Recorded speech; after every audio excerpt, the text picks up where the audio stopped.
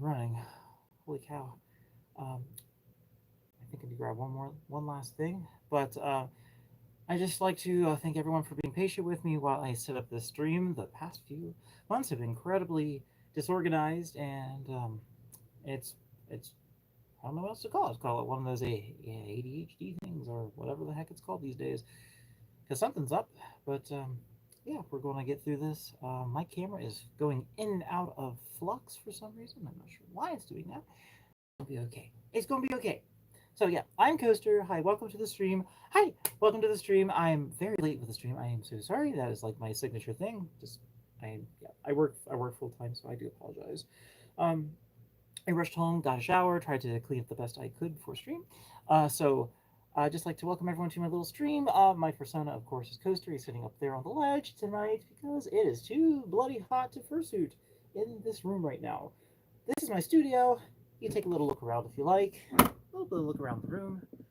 I had to jury rig my phone so I can actually get this up and running. That's my little radio over there. It's actually not a radio, it's a Bluetooth speaker. And I'll be playing a little music for you here, just a little bit to kind of set the mood. Um, don't do drugs. Oh, cool. Actually, I was just saying that earlier to my girlfriend about that. I was just saying about that about like the dare, like don't do drugs, the dare t-shirts and such.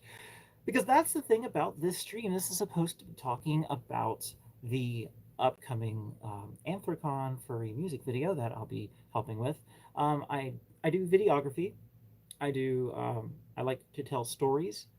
In the stuff that I create, I like to use different types of filming mediums, different types. I will use GoPros, smartphones, single lens reflex, mirrorless cameras. Um, and that's the very thing that this stream is about. Hi, Melanie Mills. Welcome to the stream. It's my girlfriend's mom. Hi. Oh, look, the armrest has arms, or the chair has arms, which is awesome. But yeah, it's been heckaton stressed, and I don't need that in my life. So let's get down to fun stuff, because that's what makes life awesome. So yeah, I'm Coaster. If you're new to this channel, what this live stream is about is I have something in the works for your entertainment, and guess what it could be? It's something that I haven't really seen done before in the realm of furry fandom, or really in con videos, convention videos, or just like videography.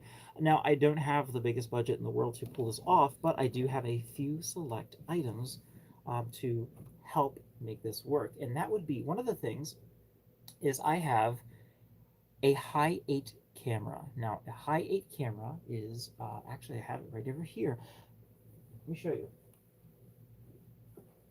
I have not had a chance to show everybody what I am up to, and here's what we have. So in this baggie here, this little knapsack thingy, is a 20-year-old camera from 2005. From it's Sony. It's a Sony high 8 camcorder that uses 8mm film, and I cannot stress this enough. It is the most coolest thing I have used in so long, and I want to show you this little treasure that I found at Goodwill. I actually found this at Goodwill. So everyone, take a look. Yorick Byerson 8086. Hello, good evening, welcome back. They say, hope you've had fun at AC. Can't stay eating dinner. Gotta eat your dinner.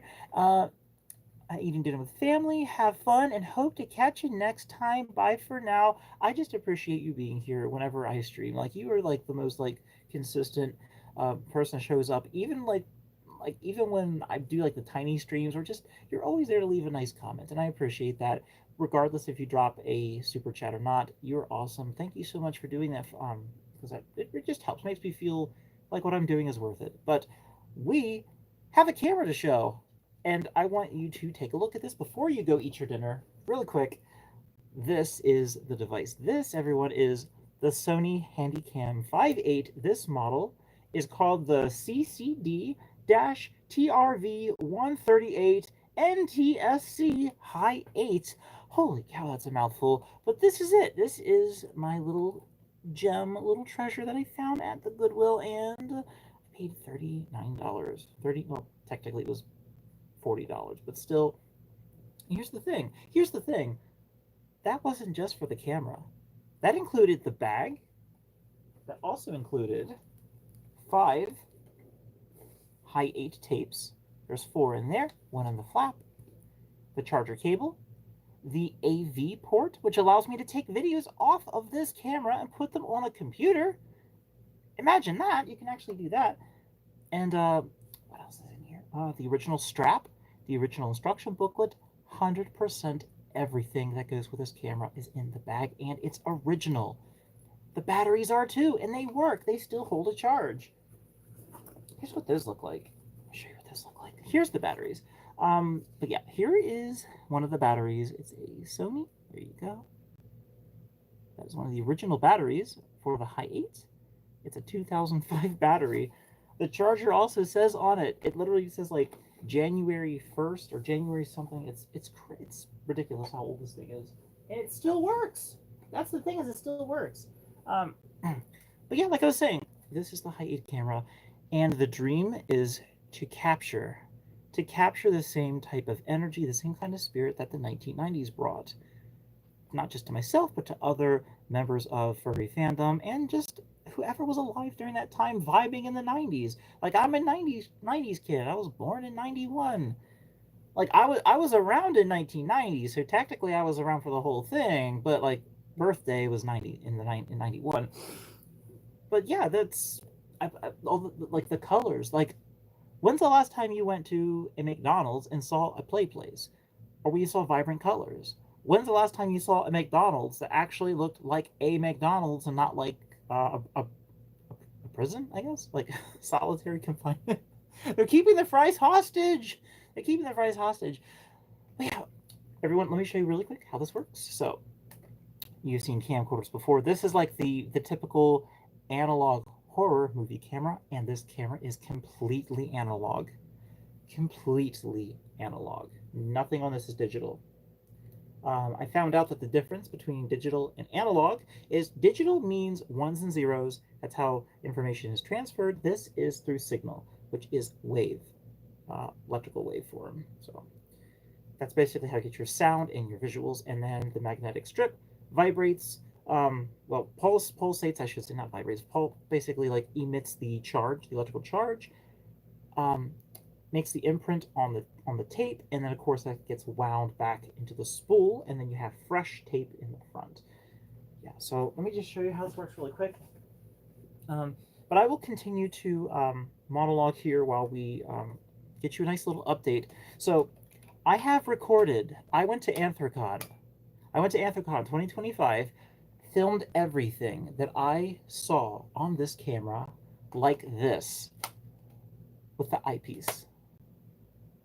90% of my filming was done like this. I sucked it to my eyeball like this. I just went around the con like this, looking like a total derp. Like, I was walking, going up to first. It was like, hello, how are you? What is your name? Look how cute you are. Oh, and it's like doing the little zoom lens, because this thing has a rocking zoom lens. Right here, you can actually, why is my camera not focusing? Darn camera focus. I'm right here. But little rocker, you essentially just this, and it works, and it's incredibly good for a zoom. Like, let me just demonstrate. I literally will turn this lens on you, so you can see just how good this zoom is. So that's the thing. I filmed not only the majority of the convention center fursuiters, the lounge, all that stuff, but I also filmed much of the dance competition as well. I am not kidding. This, I filmed literally the first, like the dance competition. So here's the zoom. How can I show you a good angle of this zoom? Okay, there, it's in focus. You can actually see the date on here is 2005. Please focus for the audience. Oh my gosh, please focus. Dang it. I think you can see it on there. In that yellow block. Yeah, in the yellow block, it says 2005. Yeah. Which I think wasn't so hard to see, but yeah, that says 2005. Anyway, I'm going to lock this on my face, because this is ridiculous, this thing not being able to focus. Like, holy frick. But anyway, so with that being said, watch this zoom on this thing. I want to continue talking about all this. So let's see. So that's the phone. I want to zoom on the phone and try to zoom onto my face. Like it's like Inception, basically. It's trying so hard to focus because it's focusing through a phone screen. Here, let me turn it this way. Maybe this is much a more fair way to look for you. Okay, so tilting that down. That's zoomed out. Okay, that's zoomed out. Here's my hand in the camera. Ooh. And then watch this. We're going to zoom in. Let's zoom into the plasma ball if I can. Try to zoom into the plasma ball on the shelf. I don't know why it's so blown out in the video. Oh, wait, let me do this for you. I forgot I can actually do this. Make it a lot easier. Menu, exposure. Rock that exposure down. And then, that's what's up. Okay, now you can see what's going on. There you go. Okay, so plasma ball. Let's get you on that plasma ball. Ready? Plasma ball. This reminds me so much of Outlast, the camera that was used from Outlast. That's the plasma ball. Look at that zoom. Look at that zoom. For a camera from 2005, it's a camcorder. Like, this much of the camera is camera lens. Like, this much of the camera is literally lens that's moving forwards and backwards. Now, stability, this thing actually has 0 stability. So every little jitter, every little bump shows up on this camera on the filming, which I love. I don't know what it is, but I actually like it. It's got like a charm to it. It's like, oh, it's handheld home video, which is why I think this kind of stuff is perfect for analog horror. Now, that's not what this video is about, but I definitely plan on dabbling into some crafting of the analog horror type later down the line, and likely I will be putting those on a separate channel so it doesn't merge too much with this channel, since I'm trying to keep it kind of centered. Also, let me give Eric Byerson a heart because you're awesome. But back to this here. So I have filmed a story with this camera because I'm trying to capture the warm, the glow, the whole like the carefree dream state that the 90s had, that I experienced. Ever see those videos on YouTube where they're like, it's the early 2000s and you can hear the mourning doves and you hear the birds tweeting and you see fireflies? That's kind of the thing I'm trying to capture, but it's basically almost a full decade before that, because it's like late 90s, early 2000s. Yes, those were fantastic times.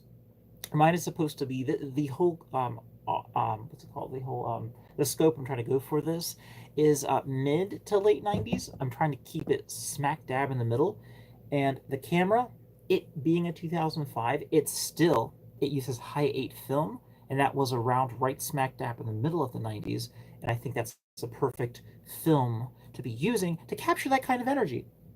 Now, how am I capturing this energy through the camera? First of all, no cell phones will show. No cell phones. Every single shot that I filmed at Anthrocon, I painstakingly tried every time I would film to avoid filming a cell phone.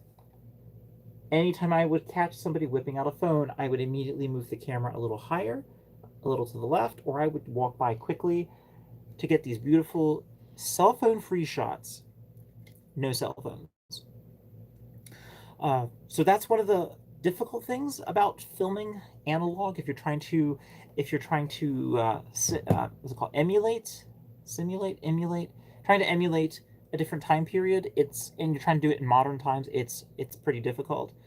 But one of the most important things I've noticed is that if you're filming fursuiters, most fursuiters don't have their cell phones out. So filming fursuiters is pretty timeless.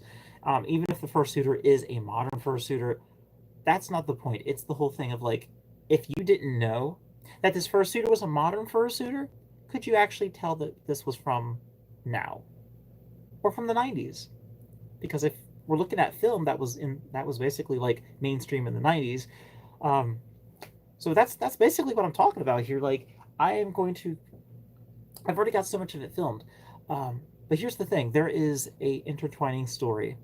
The thing about me and filmmaking is not only do I like to try to create a certain mood, a certain feel, even if it's from a different time period, like the 2010s. 2010s was great for furry cons, for music videos. It was great. It was fantastic. Some of the I actually did a top 10. I did a top 10 furry music videos um, right on this channel. Go check it out after this live stream if you like. I did a whole bunch of ones that I thought deserved more attention. I did we did a countdown with another fur on the channel. Her name is Serena Beachman. Serena Beachman. She goes by Starshine Squirrel now. She's got a great voice, really great voice for narration. We both tackled it. She did five, I did five. It's kind of like Planet Dolan when Shima was around. Shima vanished off the face of the earth. I don't know whatever happened to Shima, but it's like they had their own personas, and so we were basically doing the same kind of thing. It's like instead of Planet Dolan, we basically do like the top five furry music videos, and we started from like the bottom, the very like worst we could find, I guess you should say, could say, like the worst we could find, and then we started climbing up to the mid-grade ones, and then we saved the best for last. Um, Believe it or not, I think for Apocalypse 2017 made it into that. I think it was number 7, or was it number 6? And we picked it because it was so unusual. Because the hotel that was where that con was held is gone. It no longer exists. Like the building still stands, I think, but the hotel, the Red Lion Inn, is gone. It is no longer in service, and it has actually made an appearance on the Urban Exploration channel, The Proper People. I am not kidding. That is the same hotel at the Red Lion Inn. Check it out if you want.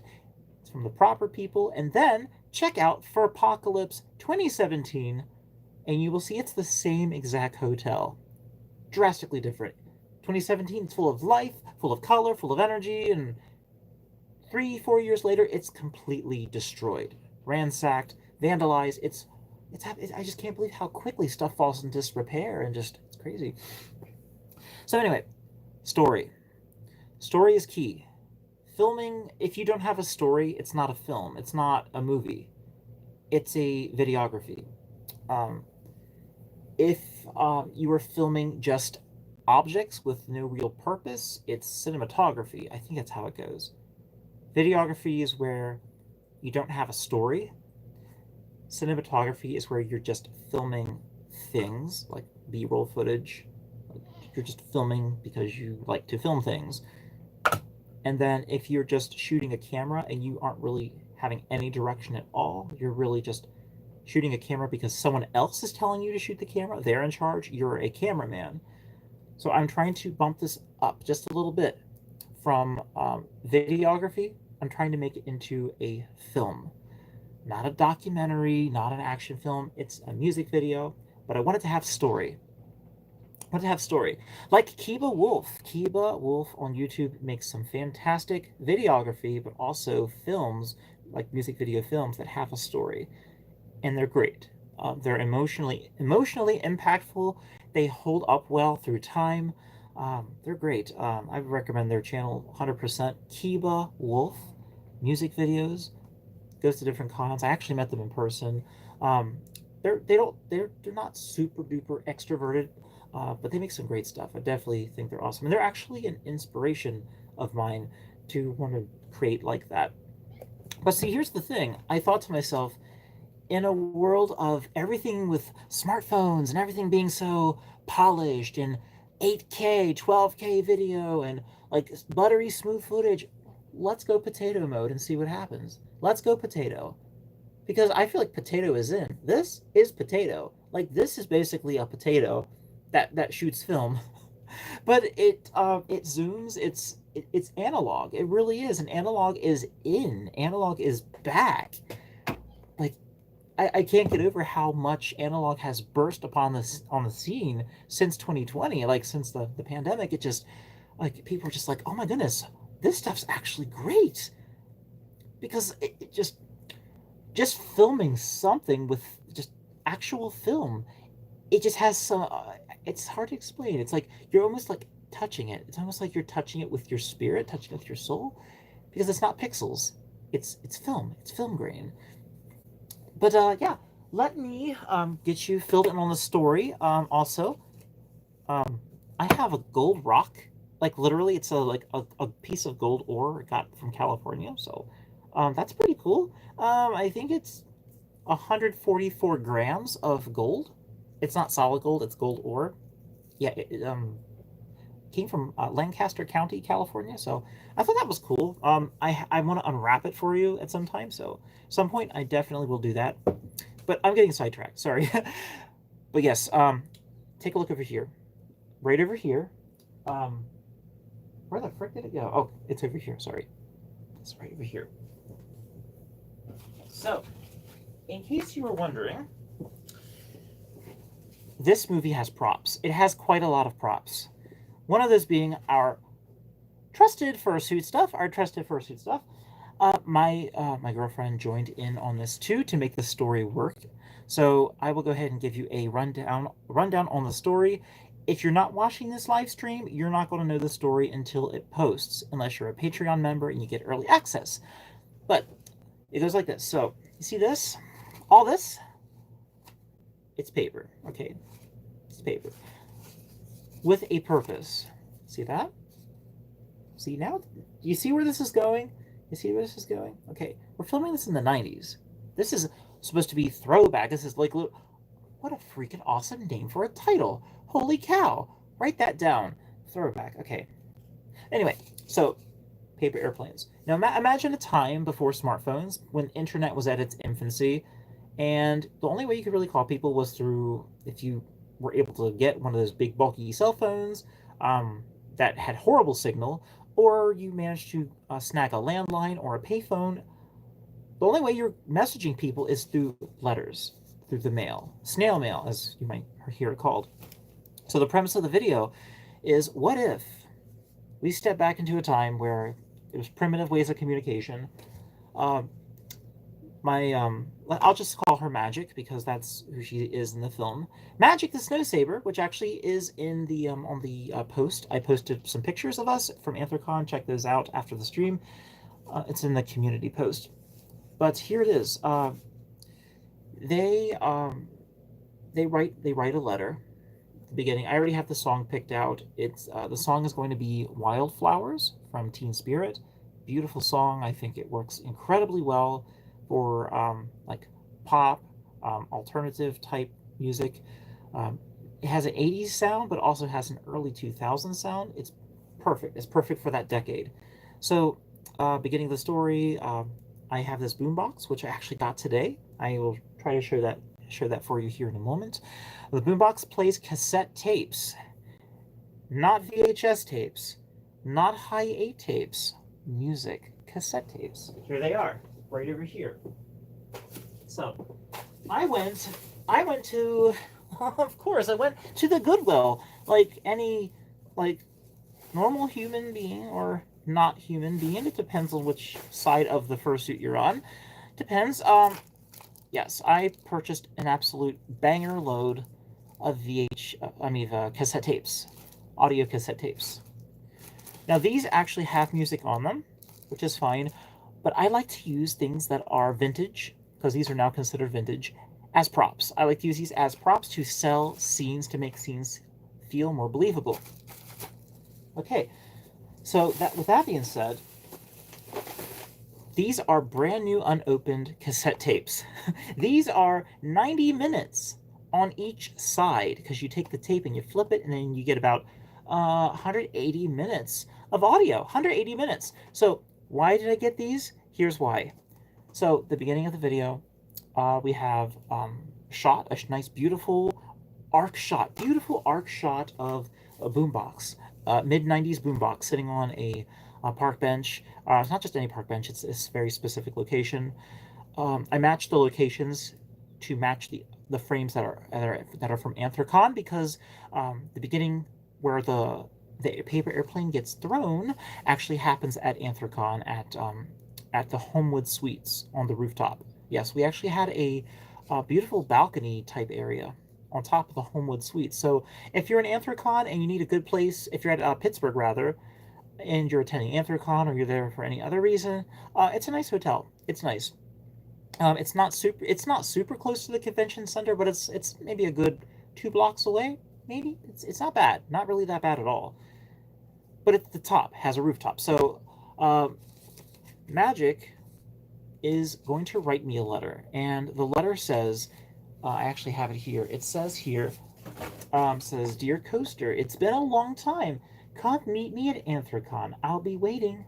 I miss you, and love, Magic." And that's basically like how the story begins, where it becomes the paper airplane, and then Magic folds it into a paper airplane, and then of course ends up, you know, doing a little like, and then hope and a prayer and just sends it, hoping it reaches Coaster, which would be aka me, because I do make an appearance in the film in fursuit. Because why not? You know, like, who wants to see this? I want you want to see that guy up there. You want to see Coaster show up in the video. So, like I said, the beginning of it, the boombox has a mixtape, which is going to be one of these. I'm going to label it. It's going to be mixtape, because that was the thing of the 90s. You made songs off the radio, you recorded them, and you could give these as gifts to people. It's like, hey, I want to make my own list of songs. Like, I don't want to buy the songs. I want to record them off the radio, get the ones that I like, and then I can listen to them how I want, basically. It's like your modern day playlist before it was modern, before the iPod, before YouTube and all that. So it gets taped on here. The title of what this tape is going to be. It's going to be a mixtape, basically. Maybe some other songs will be on here. But that gets slammed into the boombox, closed, and you press play. And then that's when the scene begins, where Magic writes the note, makes the paper airplane, sends it, and then I receive the note. I receive it as it crashes into me. It straight on flies through the cosmos, smashes into me as I'm standing on top of a mountaintop. I'm literally on this film, on this camera, I'm standing on a mountaintop, and we're trying to emulate this as if the sun is rising to a new day. A lot of this actually was filmed in the evening. I know, right? This film is crazy. You sometimes have to reverse film, and that's what we had to do. So what we did is we filmed the most important parts first, while the sun was still high enough in the sky, and then as the sun sank lower, we started to do the parts in reverse. Like, oh, Coaster gets what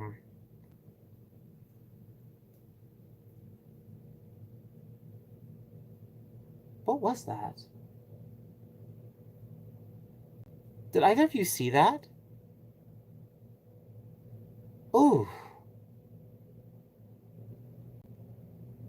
the lights blinked. My camera, like, stuttered. The fan in the hall started dying. Like, it started, like, slowing down. And I've got, like, a really bad feeling. Why do I got such a bad feeling all of a sudden? Oh my gosh. I had a horrible feeling just come over me. Like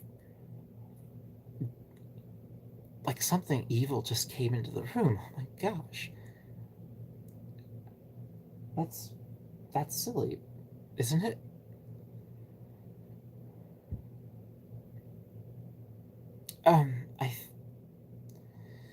I think we're good. The thing was is that the sound in the room disappeared for a second. And I'm actually, like, I got pins and needles all over my arms, and I don't know why that happened. I just had a horrible feeling of dread come over me all of a sudden.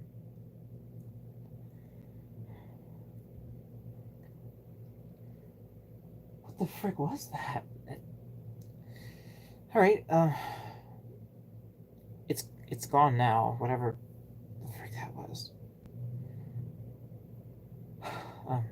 I'm fine. I don't know what the frick that was. That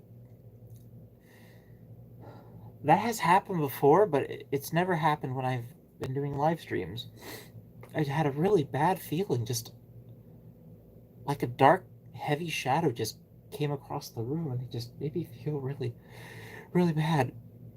Um, I was like terrified for a second. I'm okay though. I'm okay. I just don't know why I'm feeling this way all of a sudden. Okay, back to the thing. I'm sorry about that. Where was I? I forgot what I was talking about. The story. Okay. Okay. So yes, the story. The story. We're on the. I'm on the mountaintop, and I received the letter, and this is filmed in reverse. This is filmed in reverse, and because we're losing sunlight, and we need to make this happen. Like so, like I said, so in reverse. So, I do a part where I'm dancing on top of the mountain, like just for B-roll footage, because I need some B-roll footage to make things kind of blend together, so you don't land too much on scenes from convention space, dance competition, and the main story, just to kind of break it up, but also help it dance, like kind of um, kind of waltz together in a nice mixture, kind of like you're making a smoothie. You don't want to just have too much of one thing, or you don't want to blend the smoothie too much before you add your ingredients, or basically it's harder to incorporate it. Basically, you want to kind of blend everything just right, different equal amounts, to get a nice balanced film. So that's what I'm going to do. That's what I'm doing with it. So yeah, we filmed dancing part first, and then we filmed the part where I look like I'm throwing the paper airplane, because I didn't want to actually throw it off the mountain, because I actually did this. I made two copies. I made two copies of this. This one was the one I actually used at convention space, like on top of the Homewood Suites. Uh, but I did not like the shot, so we reshot it on the mountain. But I used the same paper airplane. I literally kept this one so I could have it, so I could mock throw it. I call it a mock throw, where you're pretending you throw it because you don't want to lose the paper airplane, because first of all, that's littering. And then how are you going to get the darn thing back? You're on a mountaintop. It's going like down into the valley. So I did a mock throw, had it pass in front of my body so you couldn't see it leave my hand. So you kind of like, oh look, he threw the paper airplane. Yay. And then, and then I did the scene where it looks like I'm writing the note and I'm folding it. So that basically, it's supposed to be like the sun is slowly rising and all the things are transpiring, and then when the sun is a certain level in the sky, I end up throwing the paper airplane. And then I had, of course, I filmed the scene where, excuse me, where oh yeah, the very first thing I filmed actually was my mate throwing the paper airplane at me several times. Several times, and we were doing this in front of a large group of people. There's so many people like on this place, like on this mountaintop. It's literally a giant outcrop. It's called a buzzard knoll or buzzard knob rock. That's not what it's called. It's actually it's called High Rock, Maryland. If you're curious about it, look it up. It really is quite a view. I'm not a fan of what they've done to the actual rock where you could watch the valley, basically get a beautiful vantage point, because they put like an iron picket fence around it. I don't know why. Like, it was beautiful before that. Just I don't know why they did it. It's like waist high. You can still see over across the valley, but I guess it's to keep people from falling off. I guess people were falling off the rock, falling down the mountain, just going just falling, go wee. But anyway, we had the mock throw of her letter, which of course we had to make duplicates, because I wanted to have one where it was all written out and it was a flat piece of paper, and one where it was paper airplane mode. So that way we could like fold it up and make it look like a paper airplane. So here's what happened. Here's what happened to this. Notice how I'm only holding one? I'm only holding one of these? Yeah, we got a few good shots in. The last shot, the paper airplane decided to make a sharp turn to the right and disappear down the face of the mountain. So we have one of these left. So I told her, I said, okay, I think we got enough shots of that. Let's not throw this one. Let's not throw this one. So, but here's the thing. Here's the thing. We did. We actually did end up throwing one more paper airplane. 2 copies of this. This is the note that begins to get formed into a paper airplane. Also, here's what it says. I'll read it to you. It says, "Hey, Magic, I'll be there too. Can't wait to see you again. Love, Coaster." So that's the note. And of course, it's supposed to show me like writing the note with a marker. Got some nice zoomed in shots, beautiful sunset shots, but they're supposed to be sunrise shots, and that'll be, of course, addressed later on with color temperature, color grading. So that part worked out pretty well, but then here came the tricky part. I wanted a beautiful wide angle shot of me throwing this paper airplane down the mountain. How am I going to do that without losing the paper airplane? There is a way. It's called invisible thread. It's not a visible wire, it's actually the stuff that's used for bead making, like for doing that top stitching on like those garments that have those little tiny beads on them. That stuff is like spider silk. It's so thin, you can hardly see it. It's pretty strong. It's not as strong as real thread, but if you handle it right, it will not break on you unless you like really pull on it. So what I did is I made the paper airplane. This thing has been tattered to heck and back. Made the paper airplane. I'll go ahead and show you how I did it. Please don't forget how to make a paper airplane. I know how to make these. Don't forget how to make a paper airplane. Okay, there you go. So had it folded up like this. What I did is I took some of that invisible thread, got some tape, sandwiched it in here, looped it over again, taped it one more time, got it nice and tight like that.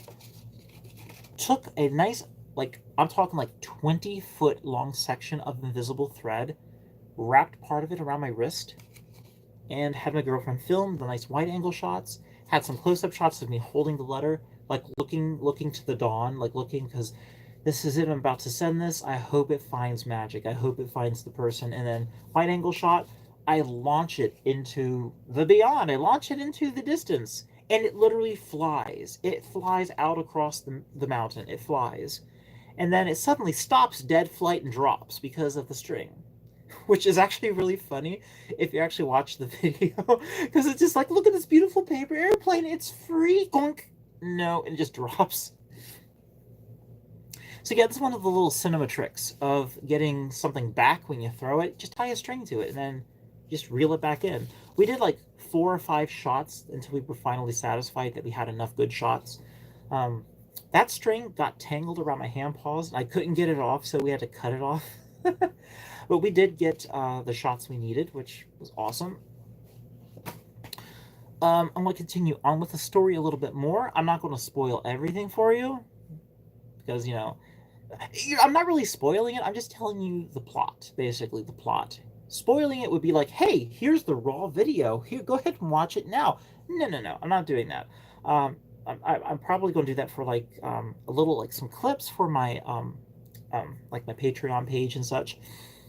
Maybe a picture, like an outtake or two for this channel here, so you can actually see what I'm working on with the High 8 camera.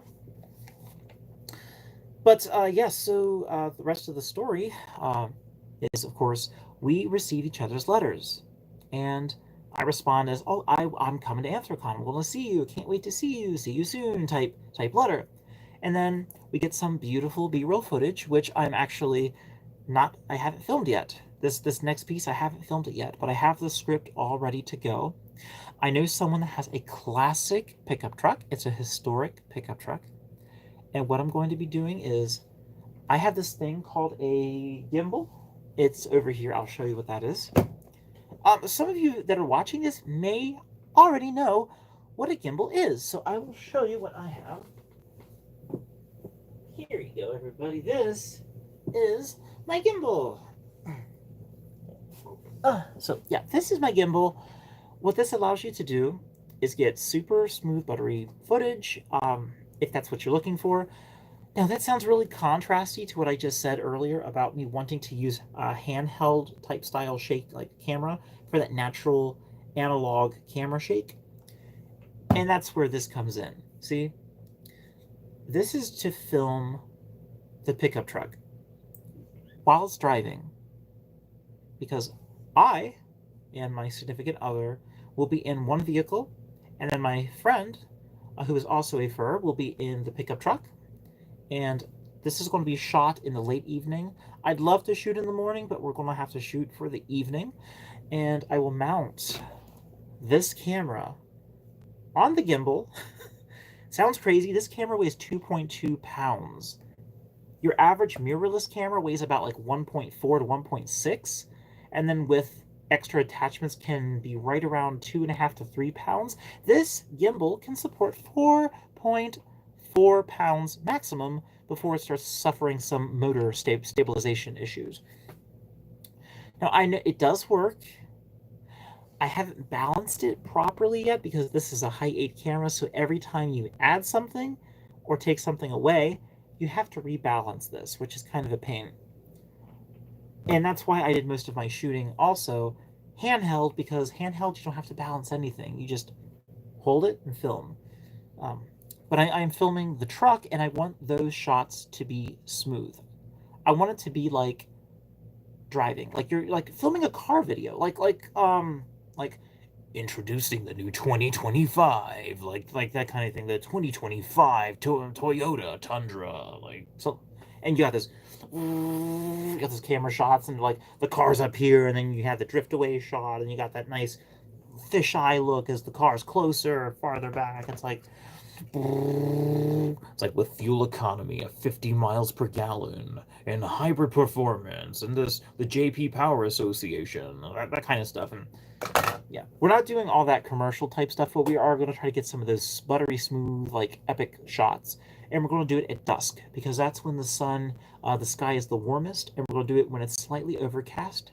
So we get those lovely, warm pink and purple hues in the sky, because we want this to look gorgeous. We want this to look cinematic.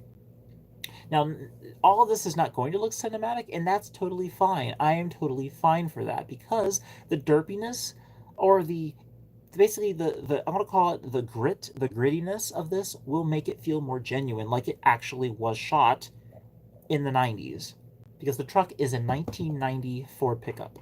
So you can't get any more 90s than that. It's literally the beginning of the 90s, a 1990 Ford pickup. And here's the cool part: it has a wolf hood ornament on it. It literally has a wolf hood ornament on it. Oh, Tommy Nemeko. Hi, welcome to chat, Tommy Nemeko. Hello. Hold on a second here. For some reason, chat, I want to apologize to everybody that I was not responding to, because my chat was not updating in real time, which is ridiculous. Skylar the Scout, everyone I have not been replying to, I am so sorry. Hello, welcome to chat. Welcome to chat. I was like, how comes my screen isn't updating? But RX Todd, Lord RX Todd, hello.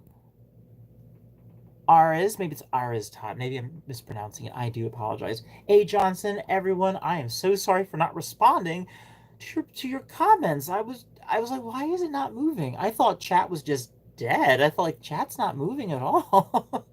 But Tommy Nemeko, let me see what you sent me. You sent me a super chat of $10. Thank you so much. That's going to help so much with the filming and with like the equipment. Because I did purchase some equipment to help make this work. I did get a wide angle lens for this. Let me show you what that looks like, a wide angle lens. I will be using that for the shots of the pickup truck, and that's going to have the wolf hood ornament on the truck. But yeah, let me show you what all that looks like. If I can find it, it should be right here. Yay, I found it! Yay! Yay, found it. Let me read Tom Numeko's message. Sending you my best wishes. I hope you're doing well. I am doing much better now. Thank you. I'm doing so much better knowing that I'm actually replying to chat. I feel so sad. I'm sorry. Sober Shark Cookie, hello. I am sorry, everybody. Oh my gosh. Y'all, I might be going to sleep in some hours. That's totally fine. Get your rest. Get your rest. I actually have to be going to bed soon too, but I intend on doing a 1 hour stream. It's not even 4:45 yet. So this is the wide angle lens, okay? So I want to get this beautiful sweeping angle shots. I want to have it where I'm actually going to be filming from the truck of the bed as well. Truck of the bed? Bed of the truck? For goodness sake, I do need sleep. I'm going to be filming from the truck bed. So we're going to do it on a nice rural road. Not a lot of cars. We're going to do it on a weekend, probably on a Sunday where it's not super busy with traffic. And this is the wide angle lens. And actually, no, it's not that big piece. It's actually this little itty bitty piece back here. Might as well show you how it works. So here it is. So this is actually the wide angle lens back here, but you can't attach it to this unless you get the attachment ring, the adapter. These old camcorders actually have threading on the lens. If you look here, see that? See how the light is playing on the inside of the lens here? Those are actually threads, and those threads allow you to attach different types of lenses, including zoom lens, wide angle lens, and possibly even anamorphic lens. Anamorphic lens, look it up. That stuff is sick. That stuff is super cool. It's super duper cinematic. By the way, dust gets on everything. Like, I just can't keep these lenses clean. Like, I try and a little speck of dust, like, my life, more dust. But I actually have a dust removing kit. It's supposed to be really effective. I probably will break that out next time I film, which will be coming up very soon. But you screw on the adapter ring like this. It's basically just a plain old goofy little ring. It's nothing special. I mean, it's pretty special, but it's nothing like too big. It's just a little thin ring. Ah! I got it. We're good. It fits 37 millimeter. So I guess this ring, the male part, the male ring is 37, and then the internal is 30 millimeter. So this is the 37 millimeter, or the 30 millimeter male thread on this one, and you just twist it in place. Just there you go. And then you actually want to disconnect the small lens from the bigger one. You just turn them opposite of each other, like that. And then you are left with a handy dandy fisheye lens. You can see me through that, can't you? Gosh, I look awful. Can you see me now? Ready for my close-up. I'm ready for my close-up. So. I wish these comments would update. I feel so bad that they're not updating. I gotta keep scrolling. Yeah, but Tom Nemeko, yeah, I am glad you are kicking. This is kind of a generic question, but how has the weather been in your part of the country? Because it's been so hot. My gosh, every day is like 98 degrees, and for some of you from the Southwest, that's probably just like cool weather to you. But we got the humidity. We don't got that dry heat. We got that humid, that tropical rainforest. That stuff where like your clothing sticks to you, and like, oh my goodness, oh my gosh, when you're in a fursuit, and oh my goodness, that's why you got to wear this. The Under Armour, the Lycra, so your fursuits don't stick to you. Look at that muscle, look at that. But your fursuits won't stick to you if you wear spandex, Lycra. It just slides right off, keeps you clean, keeps you cool. It helps a lot, definitely helps. So back to the lens, everyone. This is the wide angle lens that I will be using to film the truck, and I actually use this lens for much of the con filming too. A lot of con space, especially the rave, because it gets such a beautiful wide angle of everything that's going on. So I still have power, so I can actually turn this on. All right, let's try to get this to work. Let's see here. So here is that. I'm going to knock the exposure down a little for you. Okay, exposure is knocked down so you can actually see what's going on. But notice how you can see a bit more of the room than before. So you can zoom in a little bit, but it actually will get like wonkier. It's really weird. It zooms in a little bit, but because it's wide angle, it's not meant for telephoto, and telephoto will actually kind of distort it. I'm trying to adjust this for you. There we go. So see how the image is just got that slight fish eye look in the lens? So we got like me. Ah! Let me knock that down a little bit more. I am so blown out. What is with this thing? There you go. It's analog horror. Ah! I can see Coaster up there. I can see my persona on top of the bookshelf. There he is up there. But yeah, this is the wide angle. So literally, I can take selfies with this and get my full self in shot. There's no cutting off. Like it's basically like I'm using the phone right now. So, which is nice, but it's super helpful if you're filming a car, like a truck shot, because I'm going to get nice and close because I have the gimbal, and how I'm doing it is it's going to be daring. It's going to be super daring. But hi, everyone new to stream, everyone new to chat. Guys, it's me. Hi, welcome, welcome. A Johnson. Oh yes, Jurassic. Oh, I wanted to see that. I wanted to see the new one. How much longer will it be playing in theater? Because I would like to see it.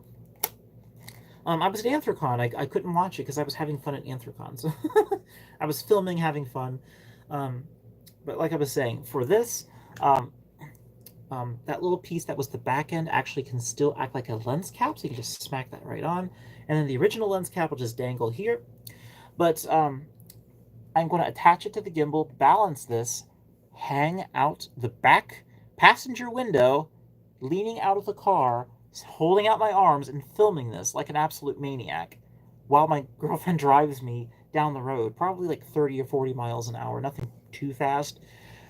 And we'll do things like what's it called? Overtake, fall back. I have walkie-talkies. We'll be using walkie-talkies, and we will be giving direction so everything goes smoothly, nice and smooth. And then, of course, probably the hardest part that I'll be doing is filming the back of the pickup, because I'll actually be standing up with my hands and the camera on the roof of the truck, pointing it at the road ahead as we're driving forward. Because believe it or not, filming hood shots, like traveling straight ahead, they're actually not as easy as one might think, especially if it's a film camera like this. This weighs 2.2 pounds. So it's, I mean, yeah, basically it will work. It will. I gotta get this chat to work. Why isn't chat automatic? Like my live stream feed isn't auto updating the people in comments, which I don't know. Yes, Fursuit Head is watching me. Yes. Hold on a second. I got there. Got his tongue. Yay! Got his tongue. Now he's speechless. I left him speechless. Also, did I have a plasma ball? Did I tell you that it's back there and it's actually running? It's just I have this super bright light on. Let me show you. So yeah, it's a real plasma ball. I found it at Goodwill. I found it at Goodwill for like dirt cheap, and I wasn't sure if it worked. And then I found out it does work, and I also found out too that if you hold hands with someone, like if you put your hand on it and they put their hand on it, and then you touch fingers, you will get a shock. It's so fun. Like pranking. You can actually prank people pretty good with that. It's funny. Yay. But anyway, yeah, I never turned on music. Does anybody want to have some music playing? I've got some 90s like chill beats I can play. Or I can just keep talking and filling the silence with my talking. Let me turn this back on. It's really dark. 1 second. Ta-da! Here we have light again. But yeah, back to the story. The persona always screams, "Make this a meme!"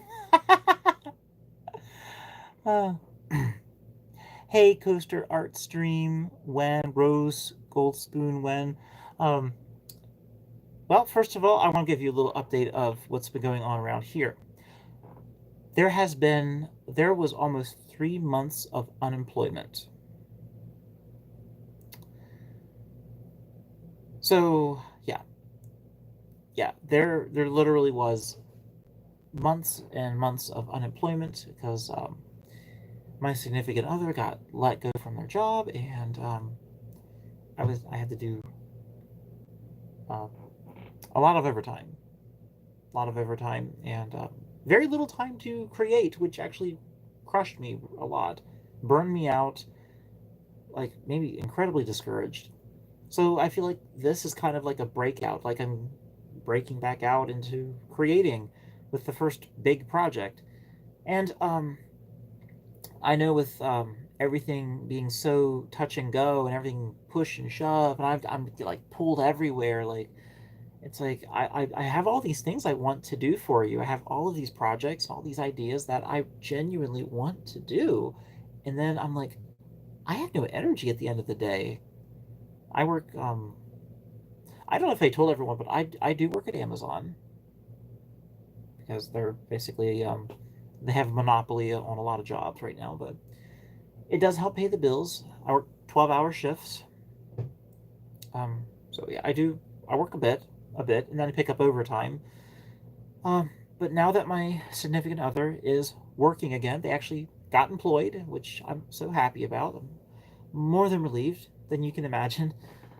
I think that maybe I could start creating again. Maybe I can actually start finishing some of the projects I've started, or some of the things that you would like to see me create, like the Q&A, because I took those questions and I wanted to make you a nice video. I wanted to have a beautiful type um, split person interview where I'm on one side of like a couch and my persona's on the other side, and I couldn't do it because I didn't have the energy or the time because I was working so much. I would work sometimes over 50 hours a week, and I would be at work almost more than I was at home, and I'd be getting like 5 hours of sleep, sometimes less than that, and I just I, it messed me up psychologically pretty bad.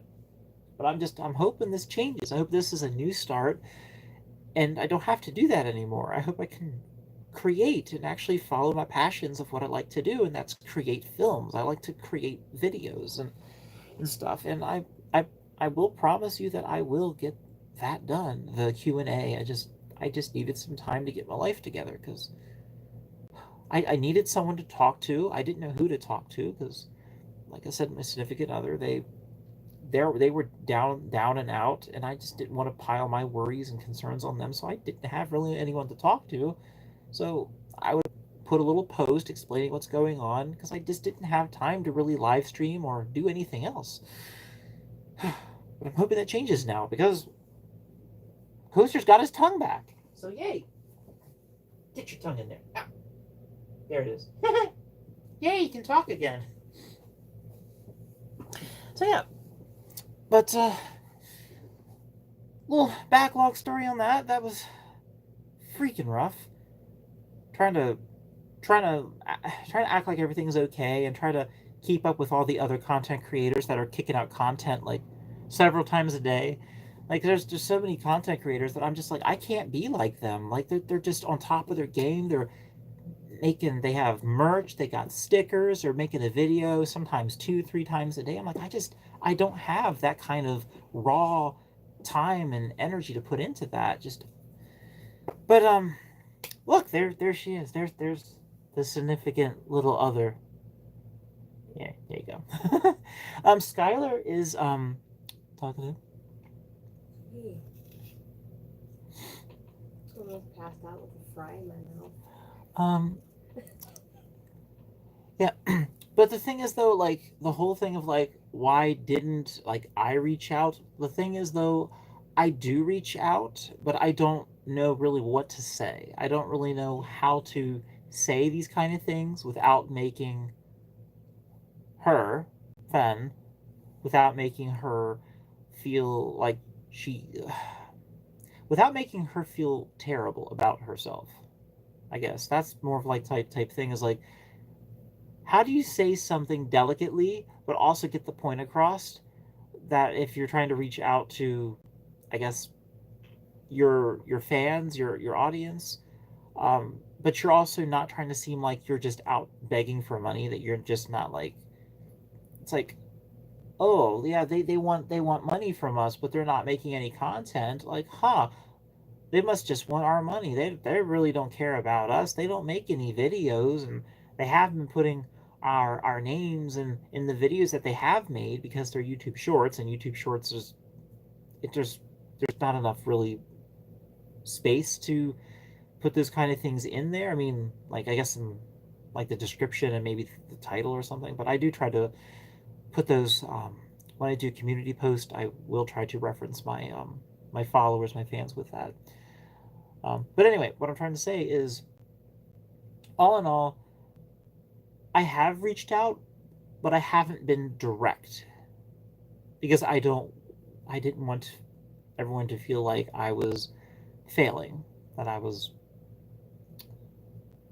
wasn't able to compete, that I wasn't enough, that I wasn't able to be the be the optimistic, happy coaster that I used to be. And it's hard saying that because I want to be more like my old self. I really do. I want to be more like my old self, and I feel like I'm getting some of that back, especially with filming with the old tech. That makes me feel so happy. It just tickles a spot in my soul that I haven't had in a while. And us coming back from Anthrocon, it's like, okay, maybe things will be okay now. Maybe things are going to work out. So just taking it a little one day at a time and trying to rebuild my reserve and starting to make content again.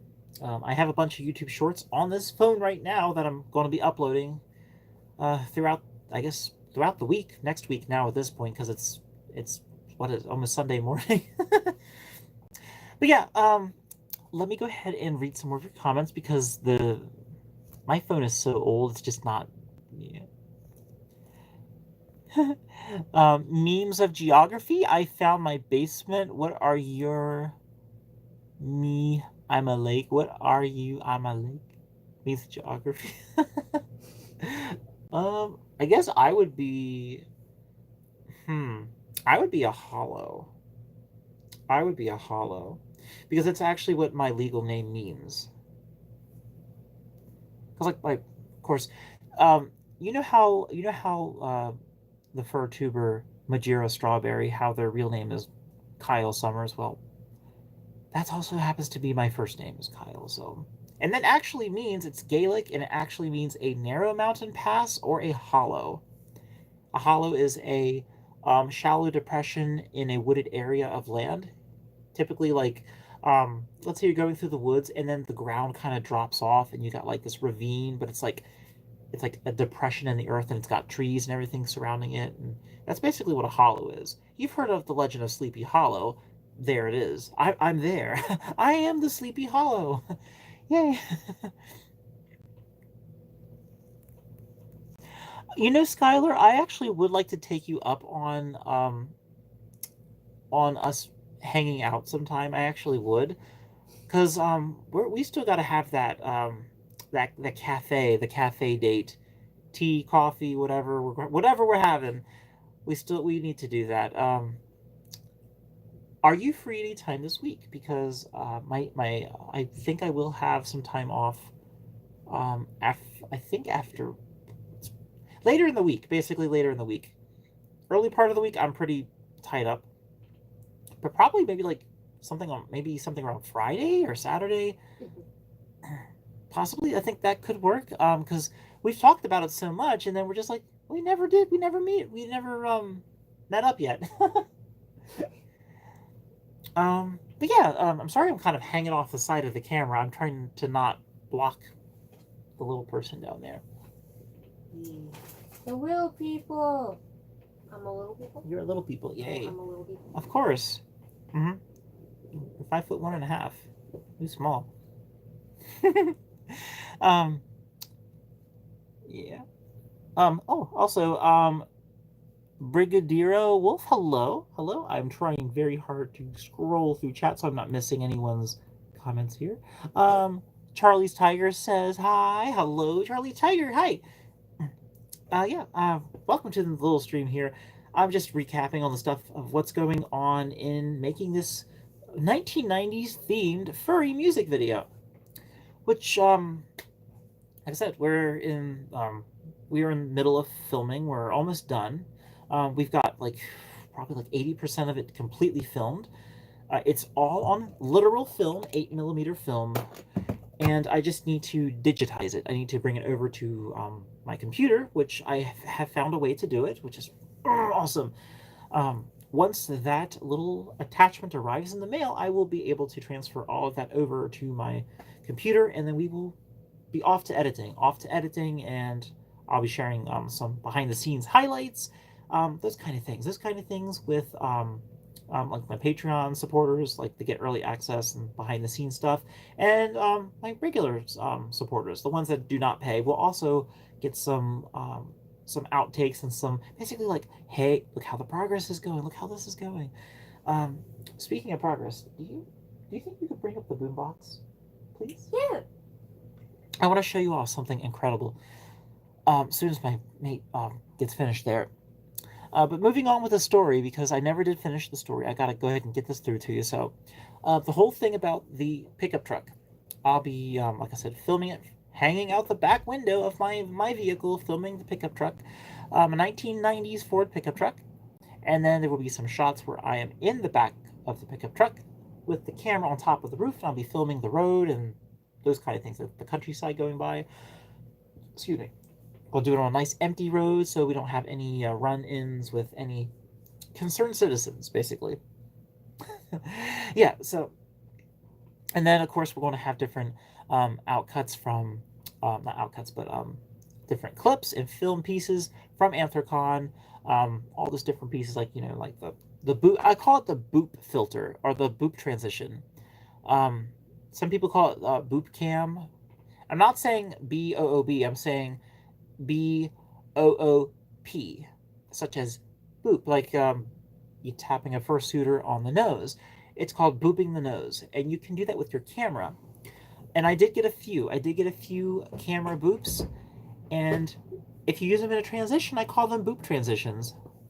Transition boop. Basically, I don't know if that's even a thing, but yeah. So everyone, take a gander at this. This is one of the stars of the show that will be appearing in the music video. It is a genuine Panasonic soft eject cue and review control, automatic level control, AC built-in, direction, full auto stop, stereo, two woofers and two tweeners. I think they're called tweeners. It's the RXF S. What's the other one? 430. Yes. RX-FS 430. Yeah, it says in the back. Oh, it says on the back. Okay. You are like trying. Oh yes. So hard. This thing has sound like nobody's business. This thing. It's this little radio, which also is a cassette tape player, as you can see there. That's where the cassette tape will be going in, because this is the 90s here. This is the 90s. This thing also runs on batteries, but this thing is louder than my car speakers. This thing is louder than my car speaker. I kid you not, it is so freaking loud, and it's got bass.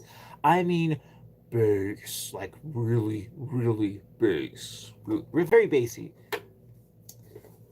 Because when I was downstairs testing it, I could not turn this all the way up to maximum because it was so loud. Like, hold on a second. That is halfway, and that was my threshold where I could not listen to the volume anymore. This is the sweet spot for bass and treble. This is the camera. Please focus. This is come on. Focus. You focus. But yeah, that's basically the bass and treble, and then that's your volume. That's a microphone. In case you're wondering, that is actually a microphone. You can record yourself on this. I love it. I love this thing. It's so cool. And I picked it up for $10 from a random person on the street. I don't mean like random person. We agreed to meet up Facebook Marketplace. I'm not saying like some random person say, "Hey, you want to buy a radio?" I'm like, no, we agreed, $10. He had two of them. He said, "Which one do you want?" I'm like, "Well, which one works?" So we tested them both. This is the one that had a working tape deck, so I went with this one. And here's the cool part: you can actually take the cord off and put your batteries in, and now you've got a walking traditional 1990s boombox on your shoulder. Yeah, there it is. And yeah, so that's that. This is also going to make like a few appearances throughout the film, showing the tape like winding down as the mixtape is playing, getting those nice like cinematic, like there's like, oh look, it's zooming by the camera, that kind of stuff. Because I figured, why not? Because this is actually how the song is supposed to start. And there's also somebody else that's going to be in the film too. Um, they're not playing a major part, but they are going to be one of the people that like, oh, they're going to be the person that's snapping the Polaroids of us, because that's something else we have several Polaroid shots that were taken at con, and those are going to also be showing up in the film later on. So I think we're looking pretty good here with the story. And of course, this has been filmed as well. The whole thing is we send the letters to ourselves. We send the paper airplanes to ourselves, to each other rather. Somebody said you're not a brownie. Tom Nemec is talking about brownies. Yeah, because I sat there. Oh my gosh. Because you were bullying me. Because I sat there, I'm like, you know what? Uncause Mr. Brownie. This is getting heavy. I'm gonna put that down really quick. But yeah, like I'm saying, that stereo radio will be playing the mixtape. Like, apparently it'll be playing it, but the soundtrack is going to be Wildflowers from the film Teen Spirit. I think I can actually get the rights to use that song without a copyright claim. I think I can actually literally get the rights. They're called it's called a syncing license. Syncing, like SYNC. Sync. I think it's how it's spelled, right? Sync. SYNC. Yes, SYNC. Yeah. Because that's what you need for YouTube videos. If you're using an audio that has a copyright, you need to make sure you're buying or purchasing the correct license. And for YouTube, it would be a sync license. So that way you can match it up to any part of your video any particular way. So yeah, that gives you a lot more freedom. Yeah. Let's see. JJSAL237 says, "Hi, Coaster. Hope you're doing well. Love your content and fursuit. You're so adorable." Oh, thank you. I feel like I'm more adorable when I'm actually in fursuit. I didn't want a fursuit tonight because I was suiting so much at Anthrocon. Like I was suiting a lot because first of all I was filming myself and my mate for the music video, and then I was suiting to be suiting because I had to be in the parade. She was in the parade as well, and then I was suiting to be suiting because it was easier just to wear the fursuit than to carry it around con. And then I'm having issues with my biology. It's funny because like it's like everything's stacked on. Like I was suiting so much, but yet I didn't feel like I was at the same time. Does that make sense? Like I felt like I was suiting so much that I didn't want to suit anymore, but then I'm like, I really wasn't suiting that much. Because if you look like at photographs, you're just like, well, yeah, there's not a lot of pictures of you. It's like, exactly. See? Because if you stay in fursuit like 80% of the time you're in con space, you will get a lot of nice pictures. You'll get a lot of pictures. And that's the thing is right when you think, okay, I'm done, no more fursuiting, stay in fursuit for a little bit longer, you'll be so surprised at how you will suddenly start showing up in photographs after con. That's just how it is. Like literally, that's how it is. Because I did that in what was it? I'm trying to think. I think it was last year, Anthrocon of last year. Up to that point, I had never appeared in a convention highlight video where they would show like the video clips of the different things. I actually was in one of the highlight videos. I was the very last clip in the video, and it was when I was at Fursuiting 101, the Fursuiting 101 panel with Gail Frostbane. And it had the part where I'm like shaking my head like this at the camera, and I'm like, oh my gosh, I'm in the video, yay! So heck yeah. Let's Let's see. Is your mom doing okay? Because it looks like she's in chat. Yeah, Oh, that's good. she's going through healing after the surgery Well, and healing stuff. is important. Yeah, she had to use ice, and then now she's doing heat to help break So, down the bruise and the um, swelling. oh yeah, one last thing. So yeah, so we send the letters to each other. They reach us. Of course, we respond back, and then it's like, oh, they know they're coming to Anthrocon. They got my letter. So, and then it shows the driving of the truck. Maybe a shot of the cassette tape turning in the radio.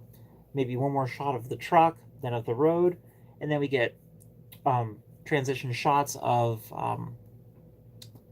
like some of the skyline. I took some shots of the skyline of the. I was actually riding on the shuttle, so I leaned up to the window and got some shots of the skyline because I wanted to get lots of footage of the cities, the big tall buildings as we're driving by, so it gives the illusion that look, we made it into the city.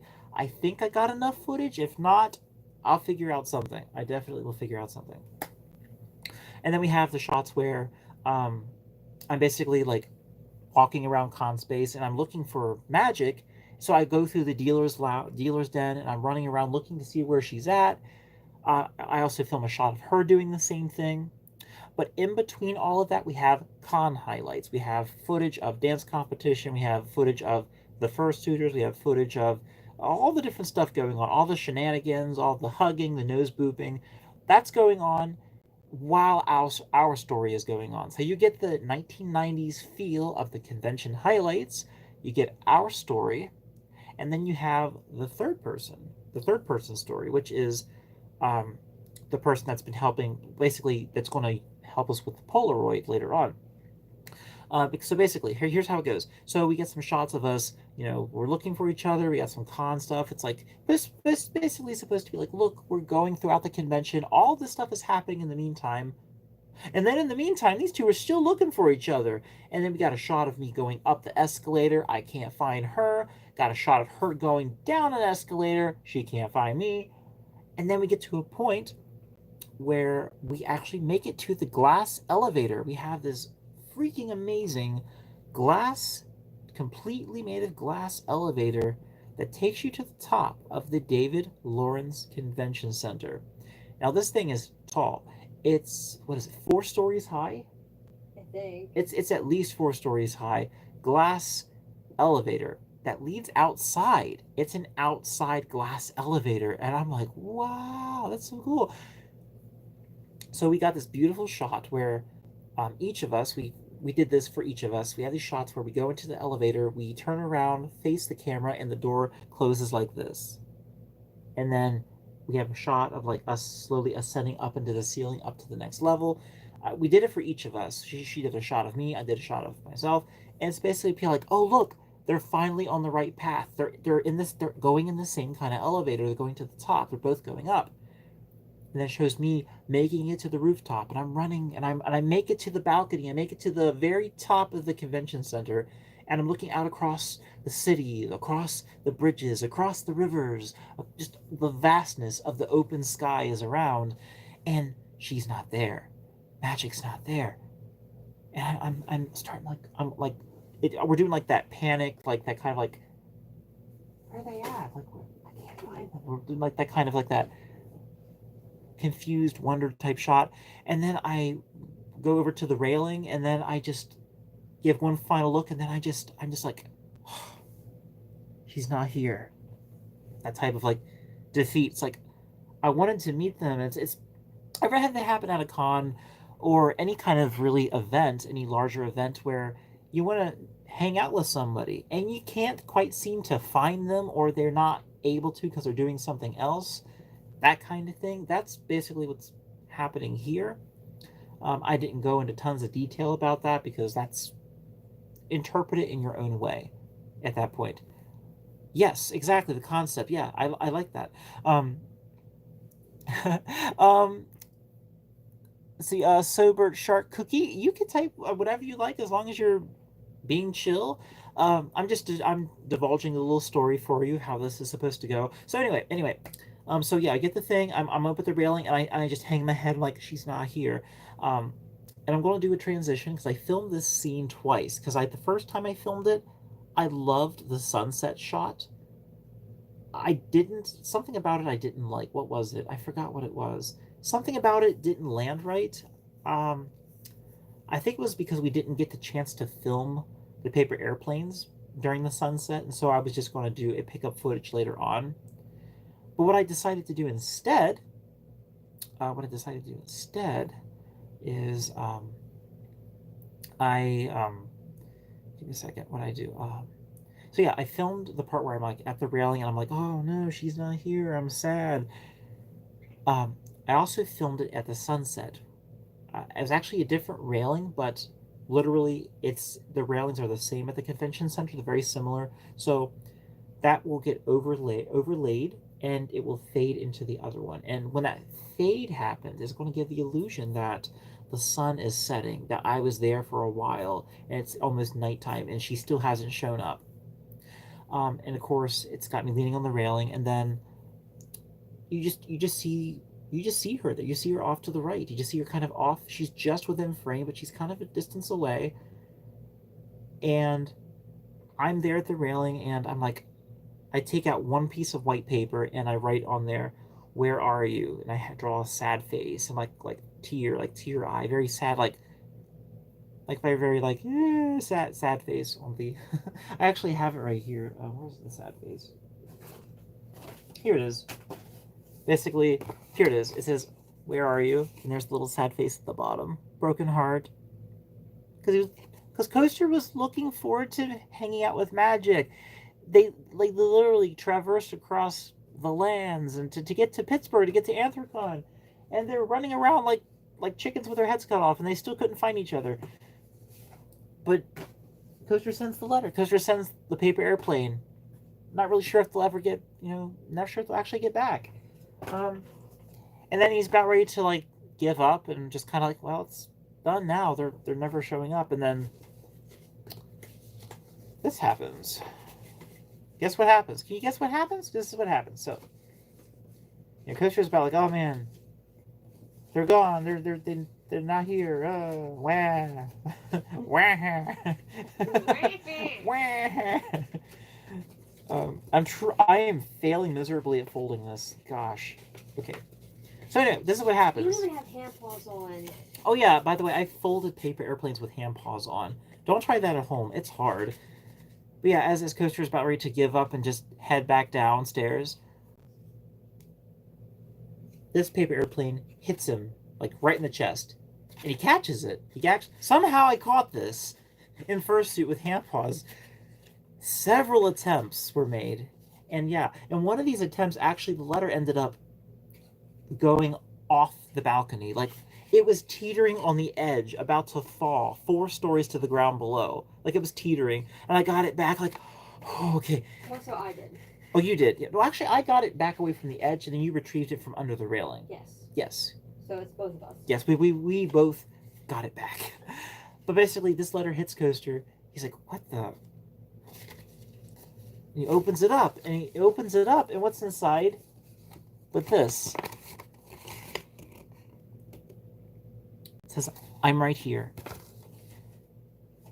Coaster looks over to the right, and there's Magic right there beside him. Almost as like if she was there the whole time. Because she kind of was. But they didn't know that they were beside each other. She was there, but they didn't know that was them. Because they weren't looking at each other. So the paper airplanes directed them. Because she got his message, and she immediately sent the message back, and then he got her message. And then they finally meet. After all this time, they finally meet. And then we get a nice big hug. I picked my girlfriend off the ground. I actually picked her up and spun around with her while we were in fursuit. I actually did that in the sunset. Did I do that during the sunset shot? I can't remember. I think I did. Sorry if I hurt you with my bell. Oh, you're fine. I think I picked her up and spun around with her for the sunset shot, which I think looks kind of cool.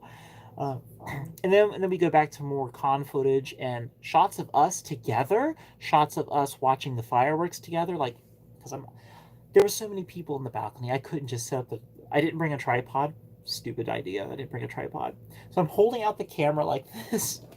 And here's the thing: I did not have the wide angle camera lens yet. I didn't have the wide angle, so it's kind of really a close cropped in shot of us, but we can still see the fireworks. I angled the camera off to the side over the balcony.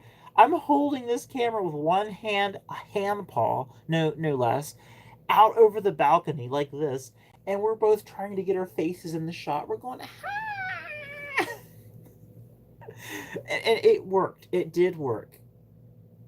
It just was really tight. It was really close. It was really close up, but it's enough. It's enough to give the idea that oh, they're filming on a handheld camera. And that's the thing, because it's such an older camera in the film. It's got that '90s type grain. It's got the vibe. We're bringing like '90s clothing. We're actually wearing '90s attire. I got like cherry Coke with glitter on the front. It's a white T-shirt. Oh my god, all And that then glitter. and then I'm wearing a vest. I'm wearing a jean vest like this. Nice jean vest. Hearts on there. Nice little hearts. And I'm wearing bell bottom jeans that have slits up them. They're just basically like this really big kind of baggy jeans of the '90s, but yet they're not super baggy. Excuse me. And then I have a bedazzled rhinestone belt. So, with all that being said, we tried to get a '90s look down. We're not going like hardcore like with the jazz print of the cups. That the you ever seen that? It's like the purple and green squiggly line on the cup. We're not doing all that. We're basically just making our own thing, but keeping it '90s feeling.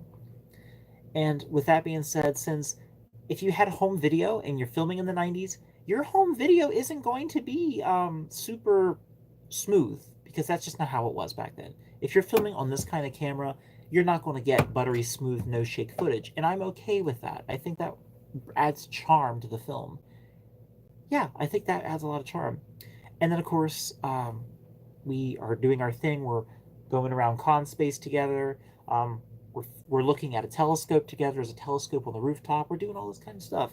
And then this is the part that we still have to film. We go over to our one friend, which has the Walkman. They're basically walking with a real Walkman, like a late '80s, early '90s Walkman. And we go over to them, and they're going to pretend like they're listening to music, or maybe they are listening to music because it does work. It literally does work. And we come over to them. We're holding the Polaroid camera, this one. We still need to film this part, of course, but we got time. We got time. So yes, this Polaroid, which is a one-step Polaroid from the '90s, if I recall. I think this is from the '90s. Yes. It was the '90s. But yeah, so this one here actually takes pretty darn good Polaroids. It's actually pretty good. So yeah, we run over to the fursuiter, aka our friend, which they're listening to the Walkman, and then they take it off because they want to hear what we're saying. We're like, oh, we're jumping up and down with the camera, and they're like, oh yeah, I can take your picture. They shake their head and they point the camera at us, and we get a nice like flash, and then we have the camera pan down all of the con merch that we got, not con merch, but basically all the Dealer sent some. dealers den stuff, also the free con swag, the stickers, the booklets, everything from con that we brought home, all the little trinkets, all the little goodies we laid out across the bed. And the camera is going to follow. It's going to like gently ease down and just follow all that down. And while the camera's doing that, we're going to take these Polaroids and we're slowly going to throw them down onto the bed so you can see all these memories we made together. Now here's the key thing that ties everything together is I did this at con. There's a certain outlook point that looks out over the bridge across the city. It's the hot spot for fursuit photographs. Hot spot. Took a photograph of her with the Polaroid. I'm not in the shot. Then we had someone else at con take a photograph of us together in the same exact spot. So what you're going to see is at the bottom of all that scrolling down and looking at all the con merch, and as we're throwing down those Polaroids of the different memories, you're going to get down to where there already is a Polaroid. It's a picture of Magic by herself. But then a new Polaroid gets thrown down either on top of it or beside it. And it's the new picture with both of us in it. Same spot, but now we're both in the picture. and then the camera, of course, the film goes over to the boombox, which finally stops playing, and then the stop button pops up, and the song ends. Like the song is over, and then basically the tape stops, and then the button that says stop pops up because that's what happens when the tapes end. It stops playing, and then it's back just to the empty courtyard with the boombox, just different arc shots, just different shots of like, wow, we just experienced something. That's what it's supposed to be. It's supposed to be like an experience. Like when you press that music, it's just like press the button. It's like it starts the story. It's like the music starts the. It just it's like almost like a memory, almost in a way. I originally was going to do this a little differently from the very beginning. I was actually going to have it where I had a VHS tape and I put it into a VCR, and then the camera eases in, and then I basically enter the memories of like filming from back then. The thing was though, I didn't have any of the stuff like I do now. So I went with this idea because I'm like, I already have the stuff and I've already started filming this current idea, but that could be good for a future idea. Like, hey, look, I found this memory. Put it into the TV, the VCR, and then it comes up and it's like, oh wow, that was from this time period, or that was from this time period. Yeah. Yes, yes, the fireworks. That was lovely. Oh hi, Blue Lion Fur. Welcome to my humble little live stream. You want to see my plasma ball? It's up there, little plasma ball. And if two people touch it and shake hands, they will get a shocking reaction. Oh yeah, that one that's on.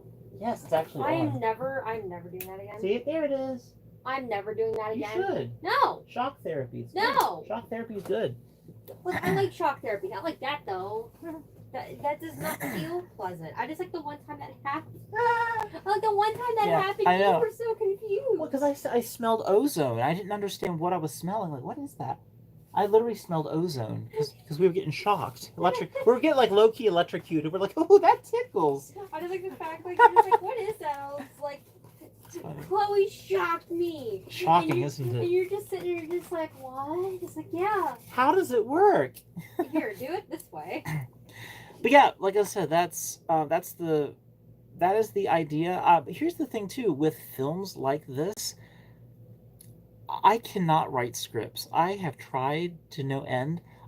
I think I am strongly compelled to believe that it is due to executive dysfunction. Now, what that means is that you have something up here and it wants to get out, some kind of idea, some kind of something, or let's say it's something you have to do, and your body just will not get it into gear. You know it needs to be done, but your body's like, oh yeah, I guess it does need to be done. You're like, this needs to be done. We need to do it this way. We need to do it now. And the body's like, okay, all right. Do you understand the urgency? This needs to happen now. And the body just doesn't react that way. It's like the signals don't get out. The motivation part of the brain, which I think is called the Abdullah Obligata. Oh, Jesus, that word. Yeah. Yeah, well, apparently ADHD medications are known to help stimulate that, which actually helps you filter out distractions to get basically focus and get it into gear, which is part of the difficulty with things like trying to tackle something that needs to be done, and then at the last minute is when you suddenly, that mental block suddenly falls. It finally lifts, it gets out of the way, you can suddenly tackle this project and you do amazing, but you are stressed out of your mind and you got to do it last minute. But you do a great job at it. It turned out really well, but it's always like last minute. And you don't want to keep on doing that because it's stressful. You don't want to do stuff last minute. You don't want to push things down to the wire, but your mind is wired to only respond when it absolutely has to. And it's horribly frustrating sometimes, especially if you're trying to make content for people or make it to a live stream on time. I'm just saying, like, so I'm getting a little better on my own stuff. So some of it is with like awareness and I guess mental training, like training and stuff, that only goes so far because then when it comes down to it, your biology can sabotage all those efforts. Like setting alarms on your phone, like oh yeah, the alarms they're going to help me to remember to do stuff on time. Well, what ends up happening is the alarms go off and I'm doing something else and I don't stop doing that other thing because I'm in the middle of it and the alarm comes and goes. I'm like, oh yeah, there goes there it goes that alarm I set 5 hours ago. All right, bye. There it goes. And then I don't. And I'm like, well, what was the purpose of doing that? Because that thing I was supposed to set the alarm to do didn't get done. And then a lot of important things get put on the back burner, not intentionally. They literally just get pushed back by new information, new material, which is why so many of my projects are half baked. They're half done, and it takes a heck ton of motivation and inspiration to get back into it and finish them sometimes. So this little film thing I'm doing here, I have tried super hard to not get super duper into it. Because when that happens is that inspiration burns up like a match. And once it's burned up, it's so hard to get back into it and finish it. So I'm basically, okay, when I have inspiration, film, stop. Don't overwork it. Don't overdo it. When you get the idea, run with it, stop. These pickup shots that not pick me up, these pickup shots that I'm doing, it's starting to get into that territory where I am kind of like over perfecting what I have in mind. But I'm also thinking of it too that these shots need to exist for these shots to make sense. It bridges the continuity. It helps it make sense. So that way there's just not because if you don't have those shots linking them together, the story starts to become weak and starts to fall apart. So those shots need to be there to bind everything together. But that's it. No more, no less. Which is why the truck shots need to be shot. The part where I walk by and pick up my vest, because I actually realized when I was shooting on the top of the mountain, I wasn't wearing my vest. I'm like, oh, that is a glaring continuity error. Part of the costume is not even being worn. I'm like, but I can fix it. Because now I'm like, okay, grab my keys, grab the vest as I go out the door. Suddenly, it's fixed. The continuity error has suddenly been bridged by a pickup shot. I do the smart. So yeah, and my mate actually thought of that idea, which I thank you very much for that. Thank you, awesome. So yeah, that's the premise of this little idea. I'm trying to do analog 1990s. I'm eventually going to start dabbling into analog horror because I know that is an absolute treasure trove. I have so many ideas, but two of the biggest ideas I want to attempt is some creepy pastas that I have heard before, and they're so good. They are so good, and I know I can replicate it. I know I can. I've got the stuff. I've got the tools, and I've got the know-how, and some of my best works is improvised. Some of my best work is improvised. Basically, none of this got put down. Tommy Numeko, I noticed you deleted something. Did something get hidden? Sorry, I bumped the camera just a little bit. Ah, okay. Yeah. I see what that is. You could put them in timeout, actually, unless Tommy Numeko already did the anonymous 666 smiley face, because they're just trolling. I know, it's just some troll. Name, dude. Yeah. Scratching with search scratching with Cooper. Hi, how are you doing, Cooper? How are you doing? I'm just doing a little review over my analog filming that I'm doing for a 1990s styled Anthrocon. Basically, it's a furry music video, but it's in the style of the 90s, and it's also filmed on high 8 film, 8mm film on this beautiful classic here, this little high 8 camera. So, yeah, so everyone, I hope you enjoyed my little rambling of the story, because I can't wait to do this. But basically, like the boombox, the Panasonic. You put the stickers. Oh, fans scratching with Cooper says they put the stickers they got from us on their PC. Yay! Oh, thank you, thank you. I appreciate that a lot. And I'm sorry I'm not in fursuit right now. It's just Really hot. it's very humid, and I want to try to keep Coaster clean because he just got back from con, and I sprayed the dickens out of him with like rubbing alcohol and such. I do need to do a good thorough like carpet cleaner on him because it's been a while, but I've been keeping him pretty clean. Like he doesn't, he never has an odor, which is awesome. Ever, he never ever has an odor because I make sure I keep him dry, keep him clean, and use distilled water with rubbing alcohol, isopropyl, 91% isopropyl actually. Yep, because more alcohol, good alcohol. I'm just happy. More alcohol, good alcohol. I'm just happy with the whip that I have ready for Dad. I like your whip. I like that. Would you like to see my girlfriend's art? Works in progress? It's a revenge chain whip. I have to keep pushing it. Yay! What is this creature? That is a fluff dragon. That is Mori. Fluff dragon? That's cool. They are named Mori. So they have That's a cool. wrap that goes around their muzzle. And they're Unis Honest based. Okay. They have a back design where it has all of the zeros. Mm-hmm. So I gave him a little site. This is Memento Mori on the staff. Okay. I get it. That makes sense. Staff's gonna Oh, they say it's so pretty. Tommy Numeko said it's so pretty. Yeah, it is. It is nice. I like that. Oh, it's gonna be a blood-ridden scythe, by the way. Oh gosh, it's gonna be bloody. It's not gonna go all over their face. It's more so just gonna be all over the scythe. Oh, okay. Wow. So anyway, but like I was saying about the boombox, the Panasonic boombox that's down here on the floor, that's going to be on the like a park bench. That's going to have very similar architecture around it as it was on the Homewood Suites in Pittsburgh, because we're doing that, like I said, the pickup shot of how the story begins. Magic comes over. Well, at least we're going to assume it's magic because you see the shadow, you hear the footsteps, you see a fursuit hand paw reach over and put the tape in, close it, push the play button, and then the whole music video starts. That's how it's supposed to go, just like that. And I have a bunch of tapes that I'm going to put around the boombox to also sell the illusion that it really is the 90s again. And we got Aerosmith tapes. I've got a few.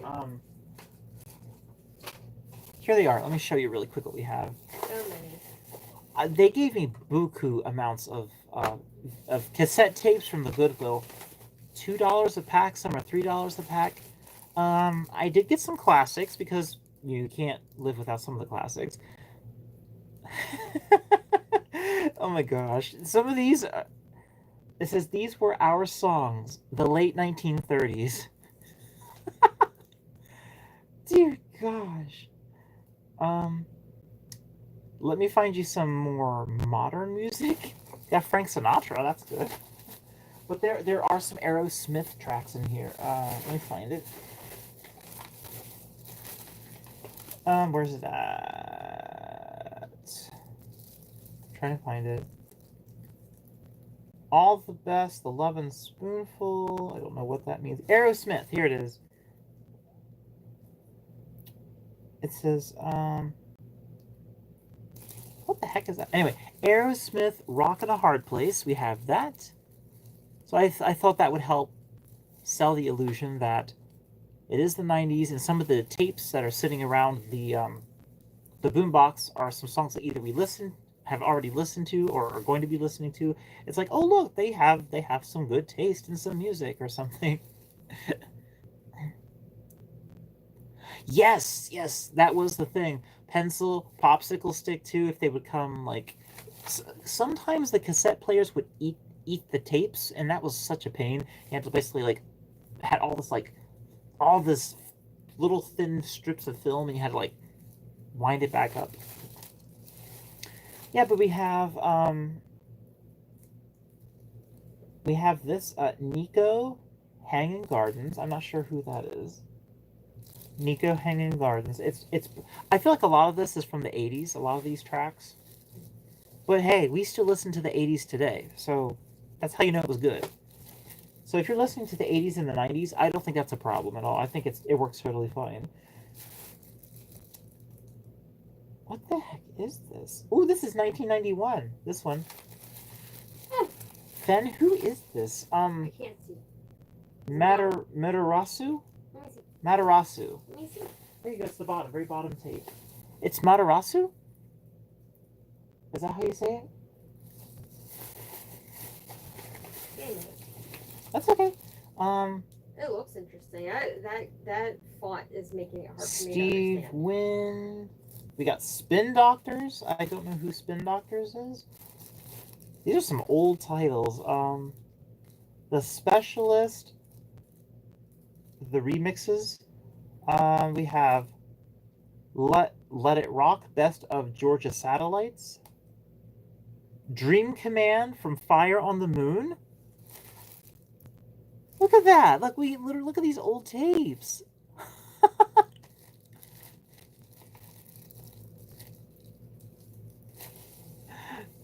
Camera inspired hit. Camera inspired hit? What do I mean by? What do you mean by camera inspired hit? I think it might have been some of the stuff I was reading on here. I don't think I meant to actually say it was an actual hit. Oh, no wonder it was hard to read. Literally, the cram two words together. It's material issue. Material issue, international pop overthrow. The side one has different songs from different artists. The side two has different songs from different artists. Ah, okay, cool. So it's a mix-up, mashup, I guess.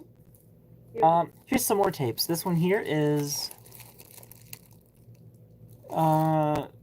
Peter Gabriel. I'm not quite. I do apologize if I don't know who some of these people are. It's been a while. Apparently, they were selling these tapes for $6.98 in what year? What year? Give me a second. I'll find out what year this tape was for sale.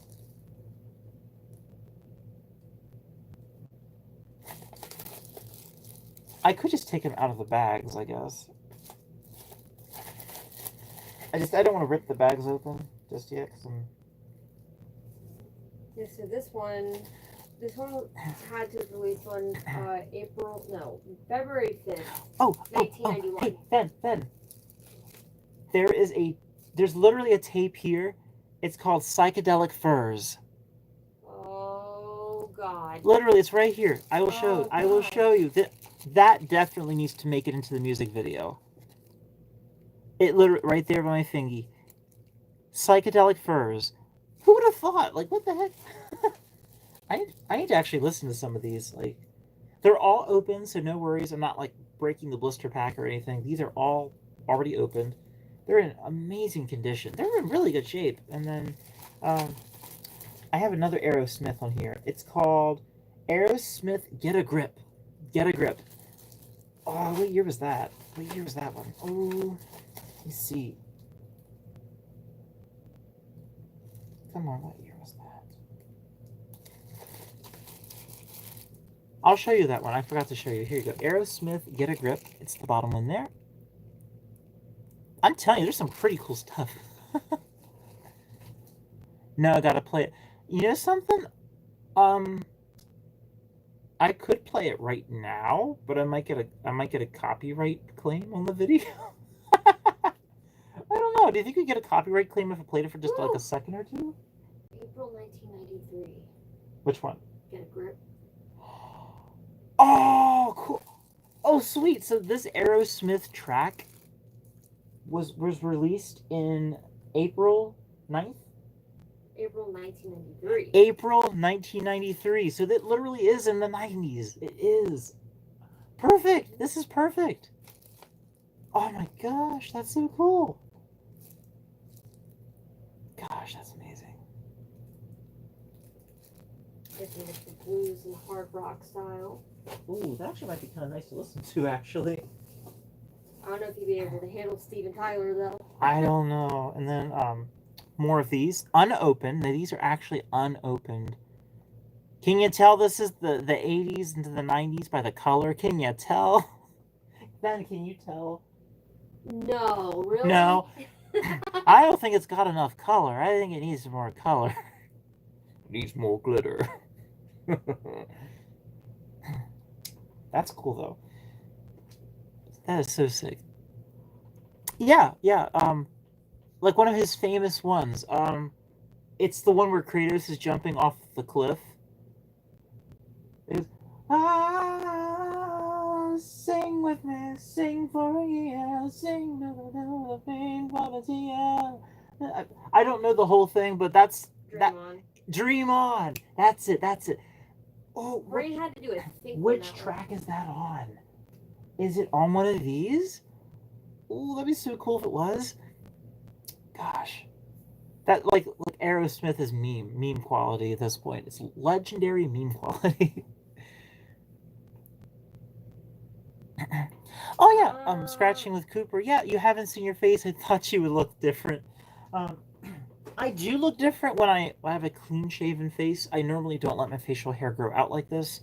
I absolutely do. I do not like wearing facial hair, honestly, and I usually have my hair a bit longer. This is the shortest I've had my hair in a long time. Um, yeah, I normally don't do the more masculine look. I try to do a bit more of the effeminate, or we even call it.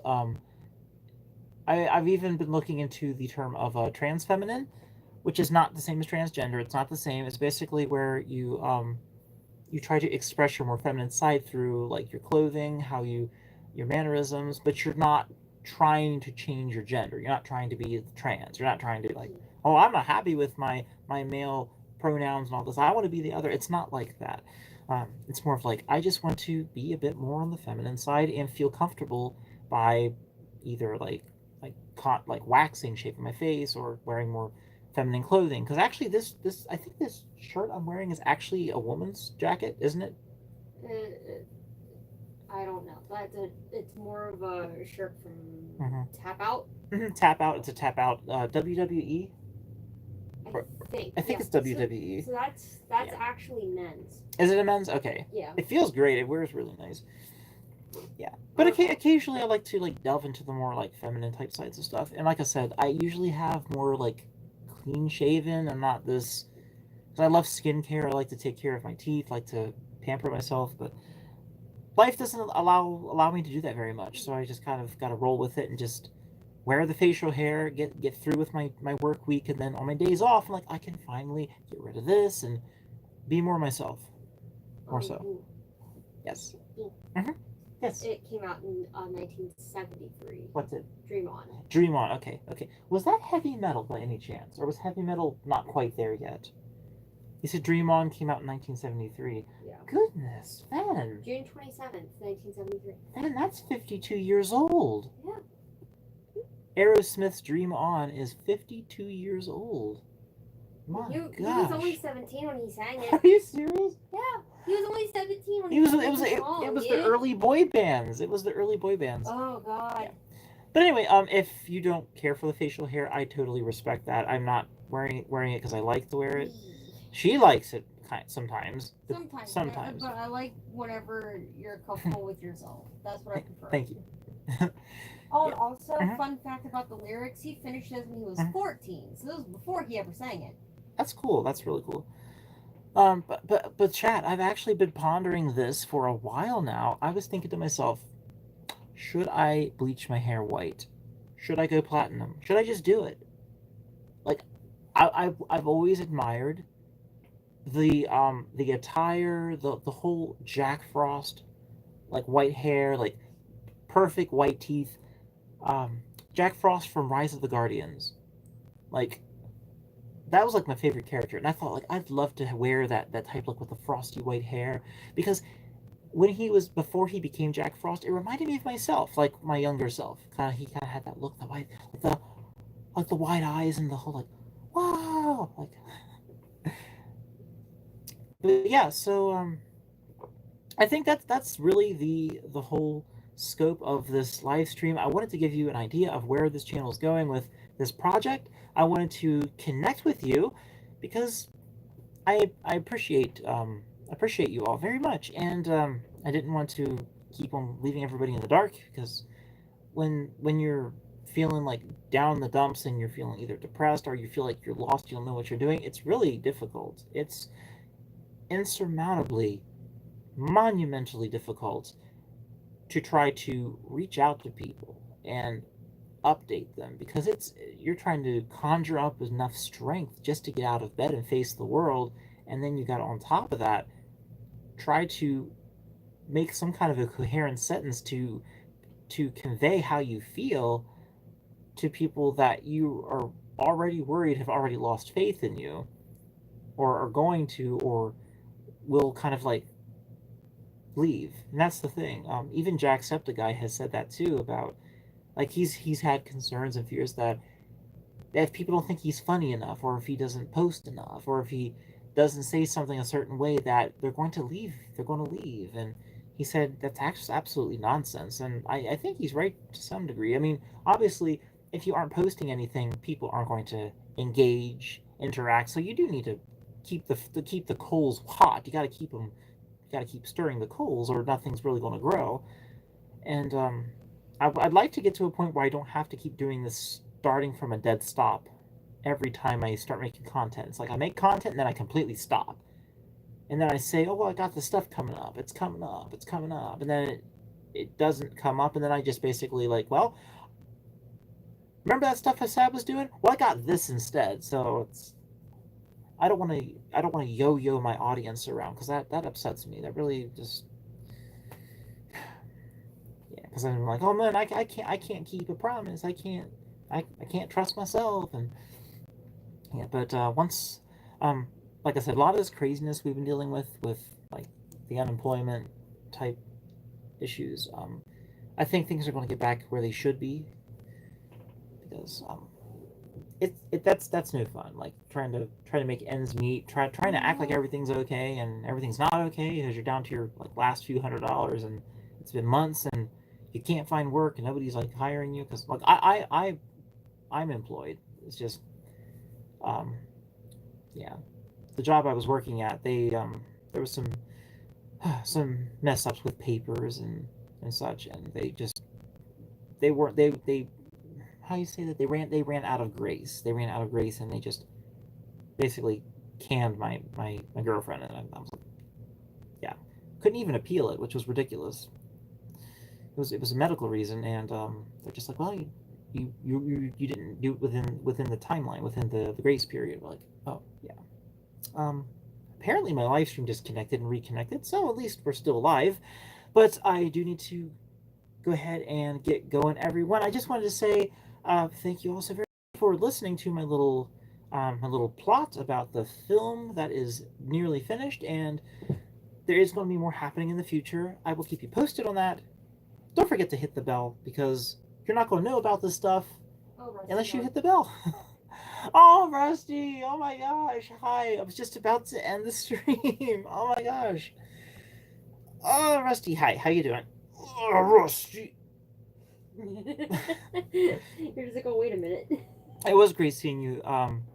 Yeah, yeah. Um, but I get that too. Scratching with Cooper. I get that. Markiplier and Jacksepticeye, they kind of left the haha funny, let's make cringy content, let's do like skits, and let's do story or RPG type games, and they started going a little bit more towards horror. I noticed Jacksepticeye has leaned back into RPG games a bit more. That's more his thing. One of my favorite games he's played that I've never watched anyone else play but Jacksepticeye is Detroit Become Human. Fantastic game. um, I just I love Jack's his perception of the game, how he feels about his commentary on it. It's great, really good. Um, but anyway, so like that. I think Markiplier is he's been more into making his own independent films, and that has taken a lot of his time away from making higher quality type videos that are based around gaming. So he does the quick and dirty 3 scary games, because I mean, who knows, they might be good, they might be a diamond in the rough, they might be something that could be a AAA game one day, and he's going to discover it, he's going to promote it. And also, if you are a game developer and you're making this kind of stuff, and Markiplier plays one of your games, that's huge. That is absolutely fantastic for your premise, for your business, for your dreams as a content creator, as a game developer. That's meaningful. But I'm gonna go ahead and end the stream here for now. But let me read your comments before I go because you all are so freaking awesome, and I want to thank you so very much for being with me through the highs and lows. And I think we're on the upswing again. I think we're finally going on an upswing. Oh, I gotta get to bed. Goodness, I gotta work it so early in the morning. Um, yeah, I say go for it if you want to do it. Hmm. Rusty said hi. Yeah. Hey, Johnson. Yay. Yeah, you too. Thank you. Just remember small baby steps of getting stuff done. Yes, a world famous chef once said that perfection is doing small things well. So, Marco Pierre White. I think it was him. Yeah. Yes, the dragon chef. The one that was the mentor for Gordon Ramsay. Yeah. Yeah, he said perfection is doing small things well, and he's driven by fear too. driven by fear. What kind of fear are we talking about? Like fear of failure? Or are we talking about it's not going to be enough? It's not going to be good enough. That can chasing it. Well, that's the thing that keeps you chasing it. Mm-hmm. You can sometimes not realize your own worth too, in a way. From which that's really big. Me saying that. That's me saying that. Oh goodness. I'm the worst listener of my own advice when it comes to things like that. Like, oh, if you try too hard, you'll burn out, and you need to have a moderate amount of pressure. You want to be pressed, not crushed. Because that's how you make new wine. You don't crush the grapes; you press the grapes. I was stretching and my button doesn't. I'm turning into Abby from K-pop Demon Hunters. You just flex and the buttons start popping off your shirt. Boom, boom. Oh no, he actually stretched so hard that one of the buttons flew off and hit one of the women in the crowd. I do hope I sleep well too. I hope everyone sleeps well. Because I think we're different time zones, some of us, but everybody, thanks so much for coming for the stream tonight. The stream won't be so. Is this a formal stream or informal stream? Whatever it is, it won't be like this next time. It'll be a bit more like a proper stream where Coaster will be here, because people look at me, they're like, who's that guy? It's like, is that Coaster? They're like, that can't be him. But, yeah, I know. You got the Furryland hat from the former Fernando's Cafe in Pittsburgh, which also is known as Pizza Parma now. I need to eat their pizza more. It's so good. Yeah, cool place. Busy as heck, but food was good. Customer service was fantastic. They were very polite. I like the fact that at the bar you thought it was like a whole bunch of salt. No, it was ice. But everybody, thanks for chilling with me tonight and listening to my story. I hope you watch the video when it's up and running. Please watch the video when it is up and running. I would appreciate that so very much, because this is analog. This is analog tape that I'm posting on YouTube. Something I've never, ever done before. I have never posted film on YouTube. It's my first time doing this with 1990s type of 8mm film. So this is like the home movie stuff, but it's also like the analog, same stuff that analog horror is made from. This is not meant to be scary, so do not worry, it will not be scary stuff. I mean, some of you might be scared, but like, yeah. But yeah, so stay tuned for that. Make sure you hit the bell and turn on notifications. Make sure you turn those notifications on, or you will miss this and you will not be the first comment. See, that's the thing. If you want to be the first comment, you gotta have those notifications turned on. That way, you will know when that video posts, or when the highlights post, or when maybe some YouTube shorts post about the filming, the video footage. So, yeah. Everybody, I will see everyone in the next video, but could you candy coaster's head, please? Please don't fall. What if I want to? What? Then do it. I believe in doing what you follow your dreams. Follow your follow. Yeah, follow. Emphasis on the fall and follow. Yeah. Just in case. Yeah. That's Coaster. My gosh, the lighting's horrible in his face. Holy cow. There you go. What was that? Why'd you put a crown on his head? It's trash being one. But like, look on the inside of the crown though. It literally has trash. Yeah, look but at anyway, all the garbage. Good night, everybody. Woohoo! Wee! It's like what is it, like the face behind the voice? Mm-hmm. You know how they have the animations and they have the voice actor? Yeah. It's like, hi everyone, welcome back to another video. So, I think I can even do the I can even do the voice for Rambly the raccoon for Indigo Park. Yeah, Oh my god! You stepped on my eraser.